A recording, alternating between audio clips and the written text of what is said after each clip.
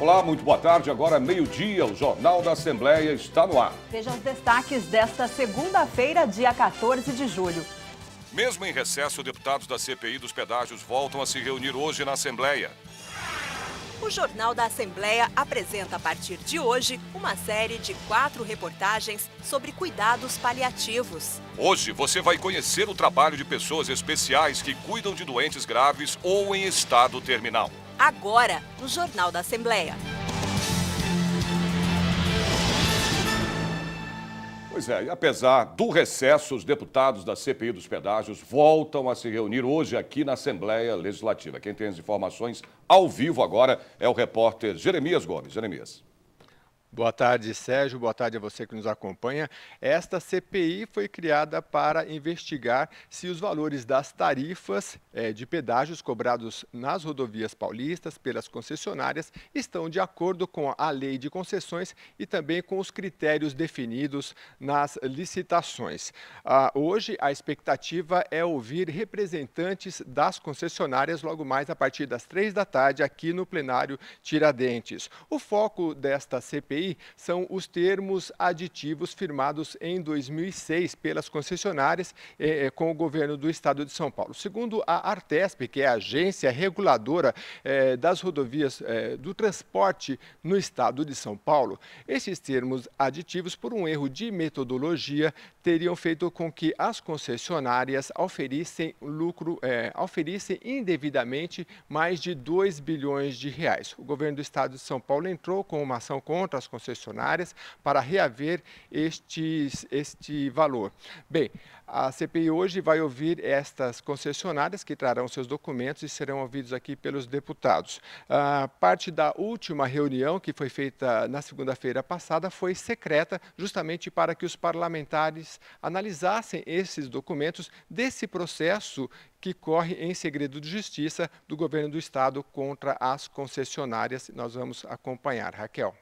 Ok, Jeremias, os trabalhos da CPI dos ingressos estão suspensos por conta do recesso parlamentar. Mas pouco antes da parada, os deputados ouviram 2 representantes de empresas para debater o valor da chamada taxa de conveniência. Vamos rever.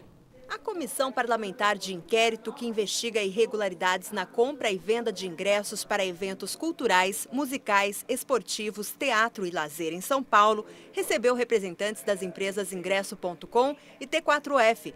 Elas prestaram esclarecimentos sobre a cobrança de taxas de conveniência nas vendas. O representante da Ingresso.com, site lançado em 2000, disse que 85% do faturamento dele no ano passado vieram das transações pela internet e das taxas de conveniência, que variam de evento para evento.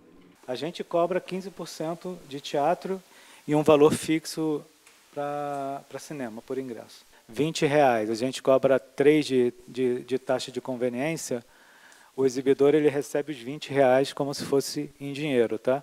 Esse modelo de negócio foi fundamental para a gente existir hoje, porque quando a gente lançou, havia uma resistência muito grande em vender pela internet, né? A gente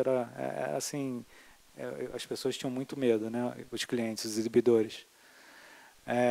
A gente repassa esse dinheiro para os exibidores de forma semanal, então tem um adiantamento de recebível e temos o risco de crédito é nosso. Sara Chacon Andrade, da T4F, que vende ingressos através do site Tickets for Fun, explicou que nas bilheterias oficiais dos eventos produzidos pela empresa são vendidos ingressos sem nenhum adicional. Já pelo site, há cobrança de uma taxa de conveniência que em São Paulo chega a 20%. No Rio de Janeiro, esse percentual é de apenas 10%, como estipula uma lei estadual. A taxa ela é cobrada tanto pela própria taxa do cartão, que nós também pagamos, quanto pelo risco do negócio, como o próprio o Mauro Gonzalez explicou, do próprio risco do negócio, e também pelo serviço prestado, né? Que é como a doutora Mônica esclareceu, um cliente que mora em outro estado, ele tem a oportunidade de comprar um ingresso para um show em São Paulo, Rio, Porto Alegre, sem se locomover. O deputado Mauro Bragato, do PSDB, presidente da CPI, destacou a importância desses depoimentos na comissão.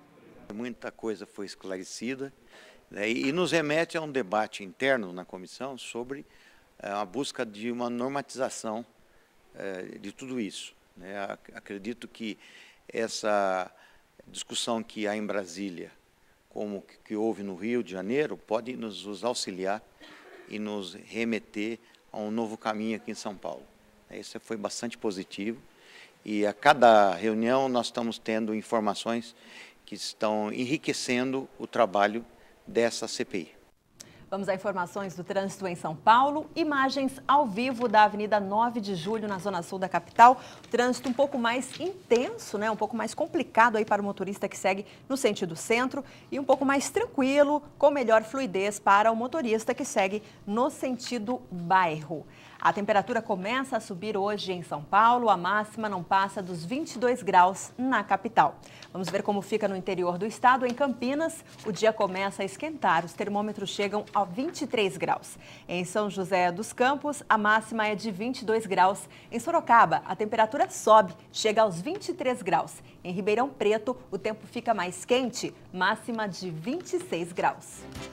Você vai ver a seguir. Projeto em tramitação na Assembleia cria a política estadual de antipichação em São Paulo. A gente conta os detalhes depois do intervalo. Até já.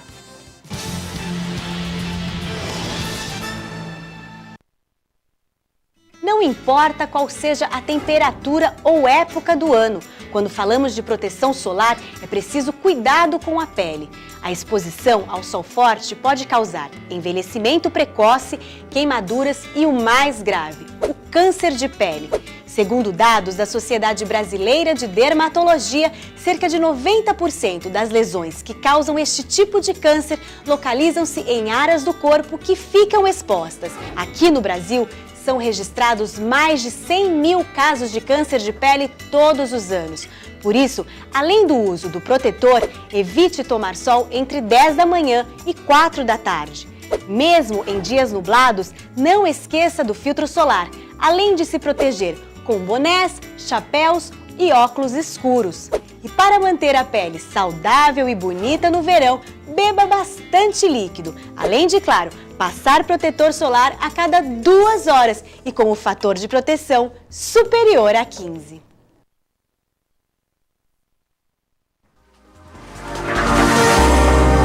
TV Alesp, a TV da cidadania.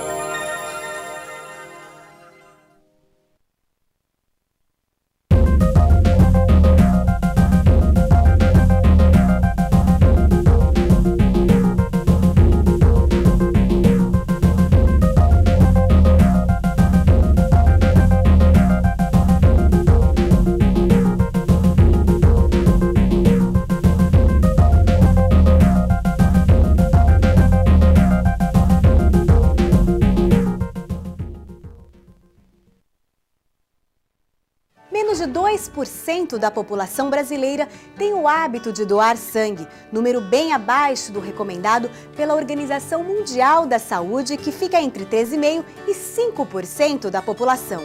Para ser um doador, a pessoa precisa ter entre 16 e 69 anos, pesar ao menos 50 quilos e estar descansada e alimentada. Fica temporariamente impedido de doar quem fez tatuagem há pelo menos 12 meses, quem ingeriu bebida alcoólica 12 horas antes da doação e mulheres grávidas ou no período de amamentação. A doação de sangue leva poucos minutos e ajuda a salvar vidas. Procure um hemocentro perto de sua residência e seja um doador. Essa é uma campanha da TV Alesp a serviço do cidadão.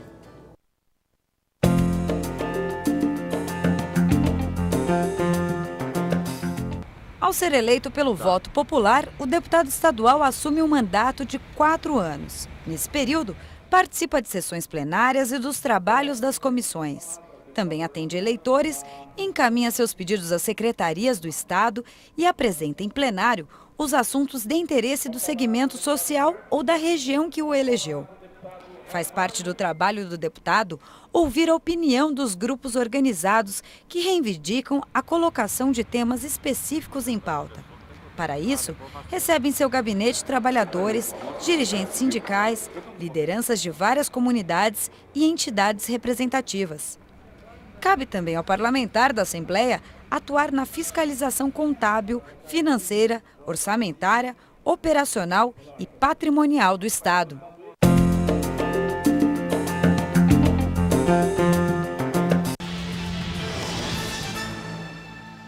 Após o recesso parlamentar, secretários de Estado prestaram contas da gestão de suas pastas para deputados da Comissão de Educação e Cultura do Legislativo Paulista. Reveja aí. O primeiro a ser ouvido na audiência pública foi o secretário da Cultura, Marcelo Matos Araújo, que demonstrou através de dados os programas e ações já realizados pela Secretaria em sua gestão. O secretário fala das conquistas e dos investimentos. Acho que foi, em síntese, um semestre extremamente positivo de realizações para a Secretaria de Estado da Cultura de São Paulo, ao longo do qual nós tivemos uma possibilidade de concretizar várias das diretrizes da política cultural do nosso governo. Em seguida, foi a vez do secretário de Educação, Hermann Vollwald, demonstrar e avaliar o desenvolvimento de suas ações, programas e metas de sua pasta. Eu gosto demais desses debates porque é a oportunidade deles se manifestarem e eu avaliar os programas da Secretaria. E, por outro lado, é importante que eles ouçam do secretário as dificuldades que, porventura, existam e as ações que a Secretaria vem desenvolvendo para enfrentar essas dificuldades. Acho que foi muito construtivo e acho que, enfim, faz parte do processo democrático. Os deputados da comissão ouviram atentamente as explanações dos dois secretários. Para alguns, foi satisfatória, para outros, nem tanto. A nossa fala é sempre no sentido de bater no coração das pessoas, bater no sentimento, bater na alma, entendeu, de quem está no executivo, para que os professores do Estado de São Paulo não continuem praticamente nessa penúria, sabe, nessa situação de constrangimento. É muito ruim, é muito triste. Viva a educação! Ele prometeu tanta coisa em 2011 quando assumiu, democratização do processo de discussão, mas na verdade isso não aconteceu. Eu acho que terminamos bem. Se tudo correr do jeito que a gente está vendo aí, eu acho que a reunião do final do ano vai ser extraordinária, medido por essa que nós tivemos aqui hoje. A vinda dos dois secretários é uma imposição legal. Pela Constituição do Estado, ambos devem comparecer a cada semestre e, infelizmente, não havia data para que eles viessem separadamente. Tivemos aqui uma audiência com grande participação, 3h30 de audiência, inicialmente ouvindo o secretário de Estado da Cultura e depois o secretário da Educação.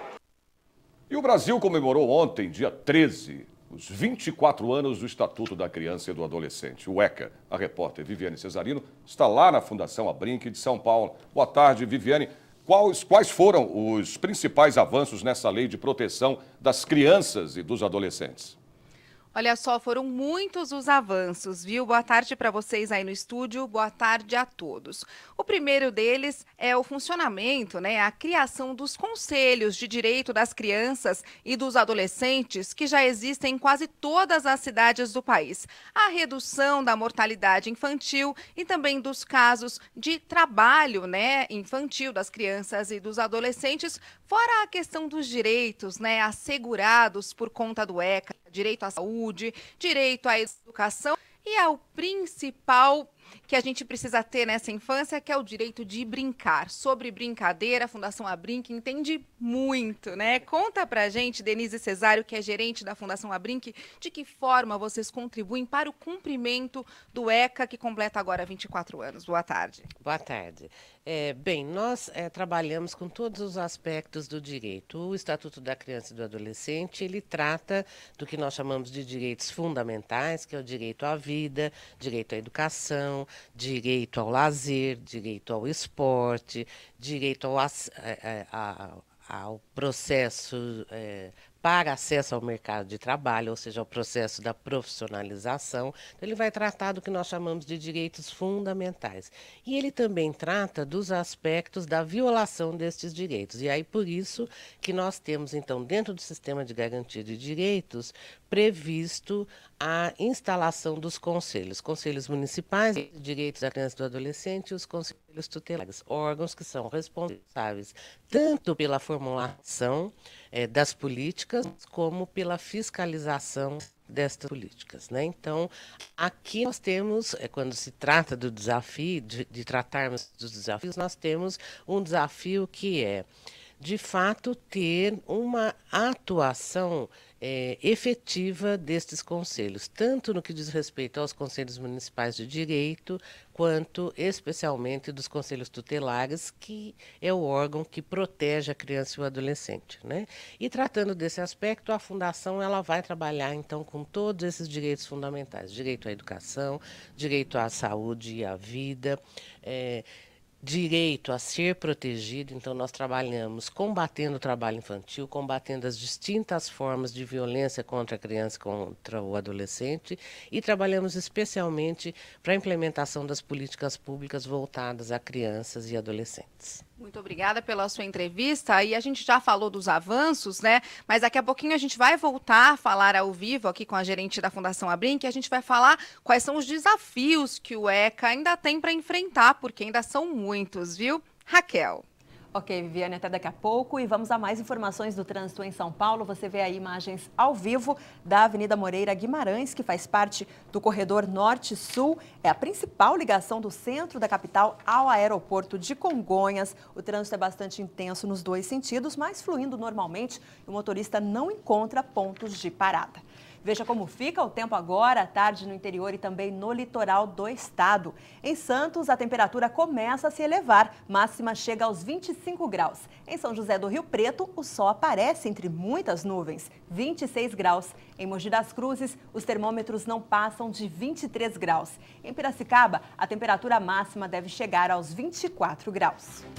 Logo depois do intervalo, você vai ter mais informações ao vivo sobre o aniversário de 24 anos do Estatuto da Criança e do Adolescente. E veja também a primeira reportagem da série especial sobre cuidados paliativos. Tá imperdível. A gente volta depois do intervalo. Até já.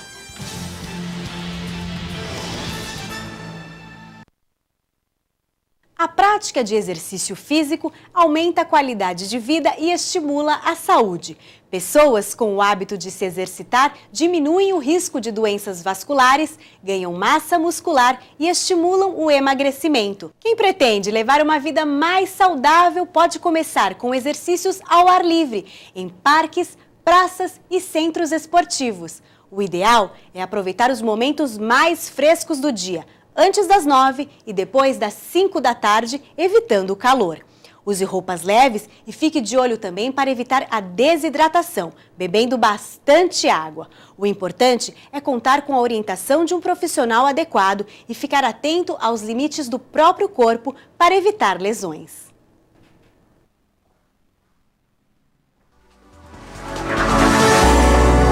TV Alesp, a TV da cidadania.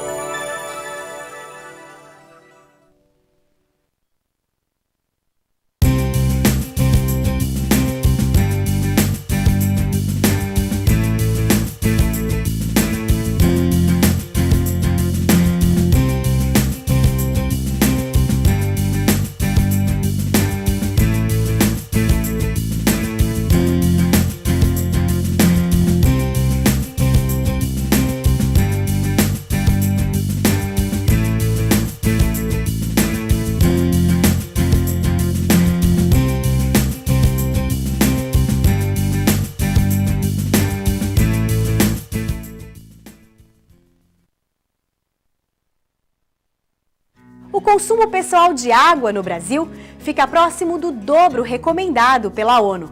Algumas atitudes simples podem ajudar a reduzir o consumo.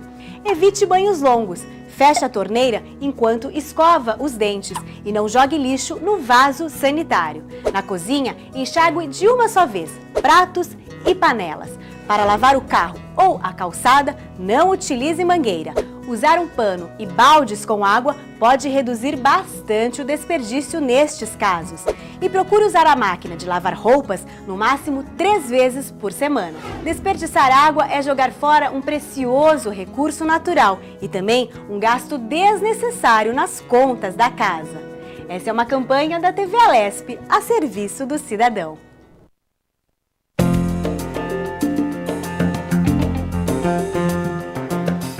As leis são regras definidas por uma Constituição. No caso da legislação estadual, os projetos podem ser propostos por deputados, governadores, Tribunal de Justiça, Procuradoria-Geral de Justiça e pelos próprios eleitores. O primeiro passo na tramitação de um projeto de lei é seu encaminhamento à mesa da Assembleia Legislativa. O texto será lido no expediente da Casa, para informar o conteúdo aos deputados, e em seguida publicado no Jornal Oficial do Poder Legislativo. Em 2 dias, o projeto vai ser incluído na pauta e poderá receber emendas. Ao final do prazo, o presidente da Assembleia Legislativa encaminha o texto às comissões da Casa. Após exame minucioso, o PL, acompanhado dos devidos pareceres, é incluído na ordem do dia para discussão e votação em plenário. Se a proposta for aprovada na Assembleia, será remetida ao governador, que poderá sancioná-la ou vetá-la. Assim que o projeto é publicado, torna-se lei estadual.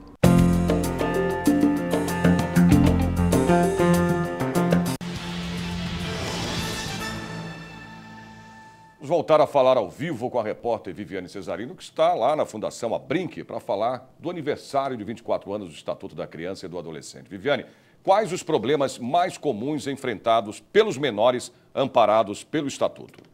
Pois é, um dos problemas mais comuns que as crianças e os adolescentes enfrentam é não poder contar com a efetividade das políticas públicas previstas pelo ECA. Eu continuo conversando com a Denise Cesário, que é gerente aqui da Fundação Abrinq. Por que muitas políticas públicas até saem do papel, mas de repente param pelo meio do caminho? O que acontece?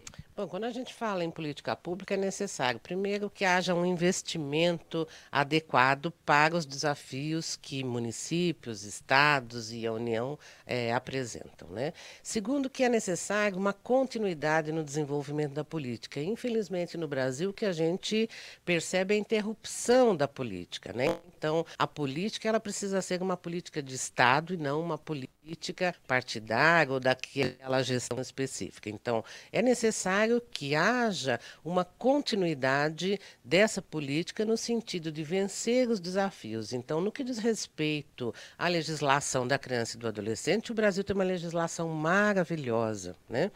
O Estatuto da Criança e do Adolescente é uma das legislações mais avançadas.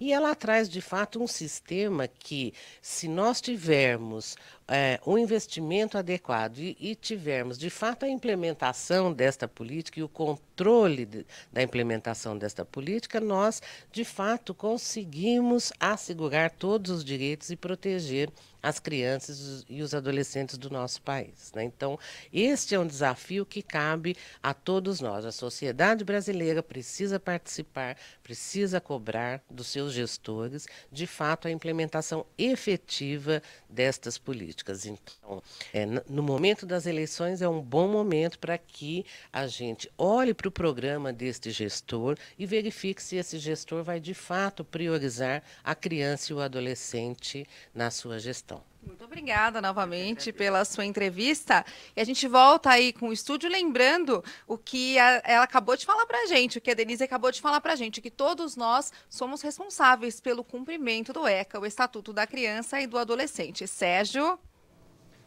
Ok, Viviane, muito obrigado. E você já ouviu falar em cuidados paliativos? É um método humanizado de tratamento criado na Inglaterra na década de 50, que chegou ao Brasil em meados dos anos 90. Uma equipe multidisciplinar trata de doentes graves ou terminais e também dos parentes e está disponível nas redes pública e particular. E o jornalismo da TV Assembleia preparou uma série especial sobre esse assunto. Acompanhe agora.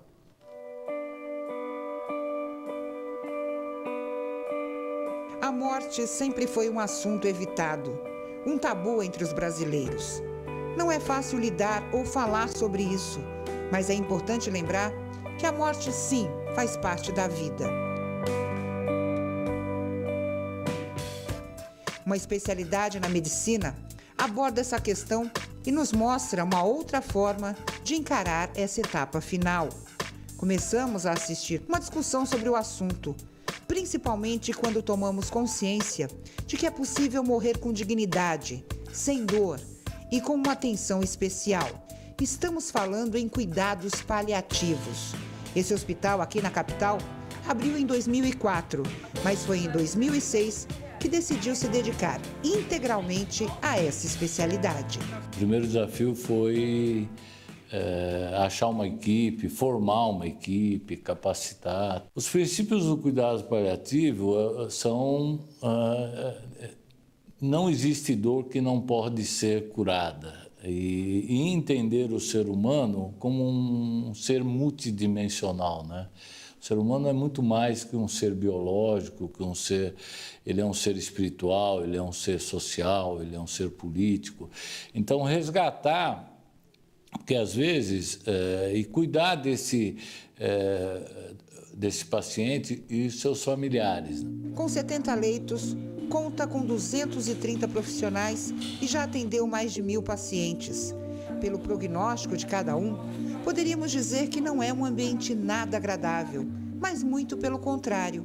Os espaços são claros, as cores são vivas, poemas estão pelas paredes e as pessoas estão sorrindo. Todo canto e recanto é cuidado no detalhe para que o paciente possa sair do seu quarto, ter convivência e poder interagir com o meio sem se sentir restrito ao quarto, entendeu? Então, a gente consegue, através da arquitetura, através de algumas ações, criar um ambiente menos pesaroso para o doente, né? Já não basta a doença dele, eu acho que todo esse ambiente facilita isso, né? Que você cria um ambiente onde o paciente se sinta à vontade.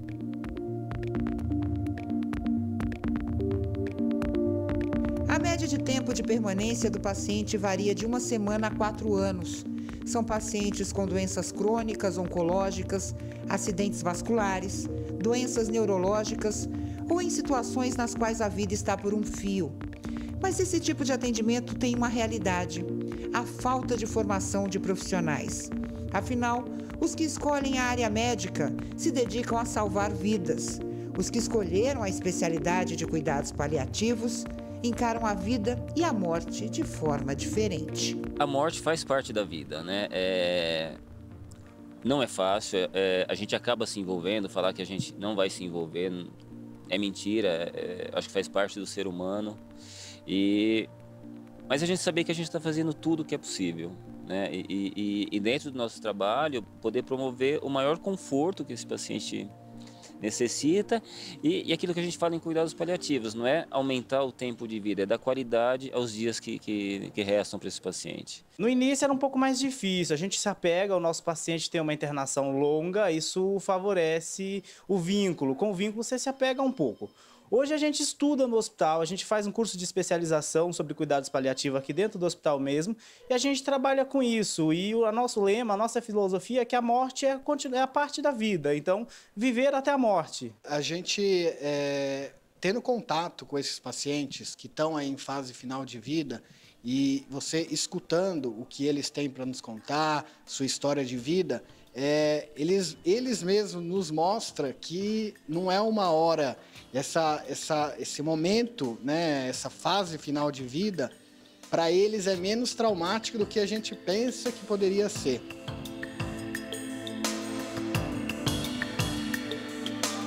Para o paciente, pode ser a descoberta de uma nova realidade. E daí nos perguntamos, será que todos que são levados a hospitais como esse chegam para morrer? O seu Pedro Rothschild chegou aqui para passar seus últimos dias. Aos 91 anos, não falava, usava sonda para alimentação e precisava de aparelho para respirar. Depois de quase 5 meses, vocês podem não acreditar, mas esse é o seu Pedro. Eu estou em franca recuperação.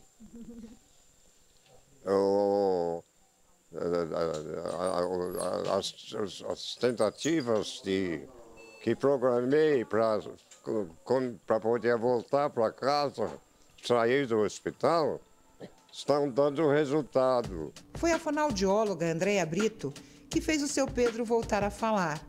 E ela sabe que a morte para todos é inevitável.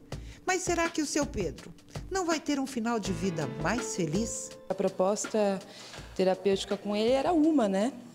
era conforto, era outros tipos de cuidados. E, de repente, a gente começou a se surpreender com esse paciente e ele começou a ter pequenas evoluções e cada dia uma coisinha a mais. E a família sempre disse, ele é super consciente. E o cuidado, desde o dia que ele chegou, até o finalzinho, vai ser por todo o tempo, né? O nosso cuidado, o nosso trabalho, de toda a equipe, é cuidar desse paciente até o seu final.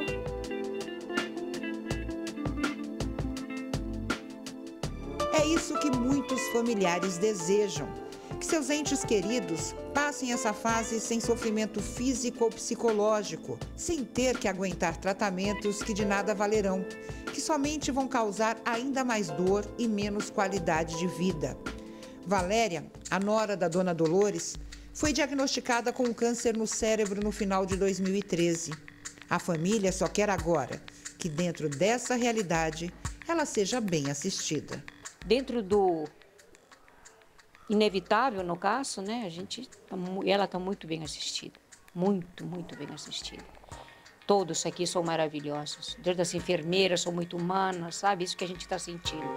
Cada paciente, cada profissional e cada familiar que passa por aqui, com certeza começa a encarar a morte de maneira mais natural e sabe que cada um tem o seu tempo certo e que o melhor é uma morte tranquila, sem traumas, e que fiquem as boas lembranças daqueles que cuidamos bem até o final de seus dias. É tentar cumprir o que tem que cumprir, chegar no final da vida, viver plenamente a vida e se possível, morrer sem sofrimento, ou com o mínimo de sofrimento possível.